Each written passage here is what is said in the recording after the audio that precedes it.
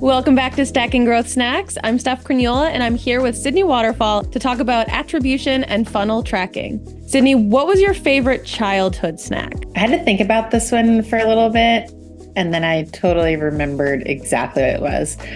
The fruit by the foot, but normally I'd have 3 of them, so like 3 feet of the fruit by the foot and just 1 foot. They sell them in 3-packs, or did you just continue to extend the feet? I just grabbed 3 of them out of the pack, like eat one, keep going. Perfect. What are the key elements that marketers need to understand about attribution when taking a demand gen approach? There's a few key elements that I'm going to chat through. First is the evolution of buyer behavior. 10 years ago, buyers would get their information through friends, through the sales team, lack of communities, lack of internet. And now, especially, buyers of all ages, the whole entire universe uses the internet much differently than they previously did. So this is driving different behaviors in the buying cycle, research, education, and even entertainment space, I would say. So first, acknowledging that shift has happened. It is no longer the case that content is consumed via PDFs, via direct mail as much. Content is consumed digitally, and more content is consumed digitally when it is native on the platform and ungated. So that's the first just fundamental thing that you need to acknowledge and just think about in general. Logically makes sense. The second thing is dark social. So what is dark social? It's word of mouth channels powered by the maturity of the internet at scale through advocacy, sharing of content, other forms of word of mouth that don't get tracked by traditional attribution software and that don't create intent data either. What are some of these? All of your social platforms, LinkedIn, TikTok, YouTube. Maybe you're watching this on YouTube.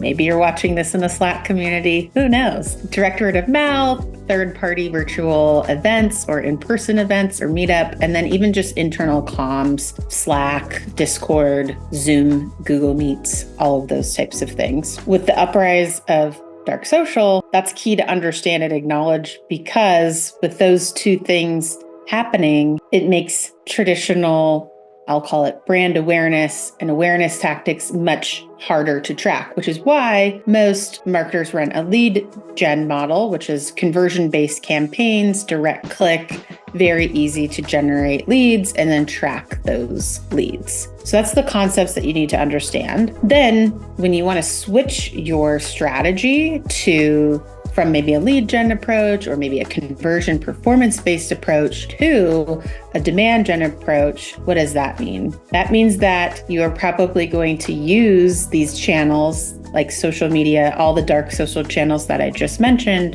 in the way that the channel is designed for, which means that you will not have direct attribution on the content, the campaigns, the posts, anything that you are sharing on there, either organically or in ads. So you lose a lot of tracking.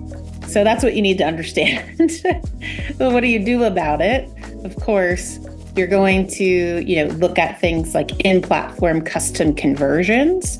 You're going to probably think about implementing self-reported attribution and a few other things, but that's the key element that you need to understand about how attribution has changed with taking a demand gen approach.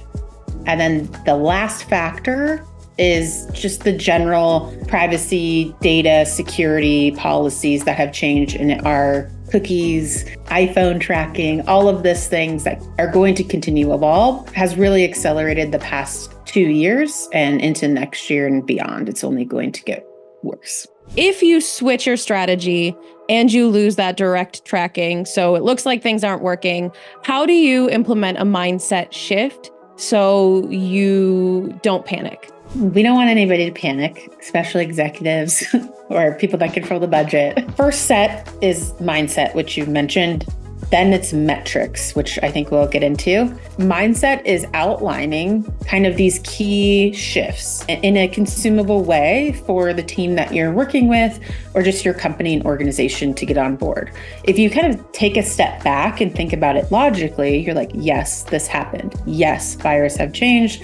Yes, the acceleration of internet. Yes, all of these things are true if you were to say them to someone and they're like, yes, this makes sense. Outline that in a very easy way for people to consume internally, and then provide the solution with, okay, now in order for us to shift the strategy and meet buyers where they are at, we need to then shift how we measure and how we think about the intent of the spend or resources we are allocating towards this strategy shift. All right. And we will definitely get into both of those things in later episodes. So we'll leave it for you for now, and we'll see you next time.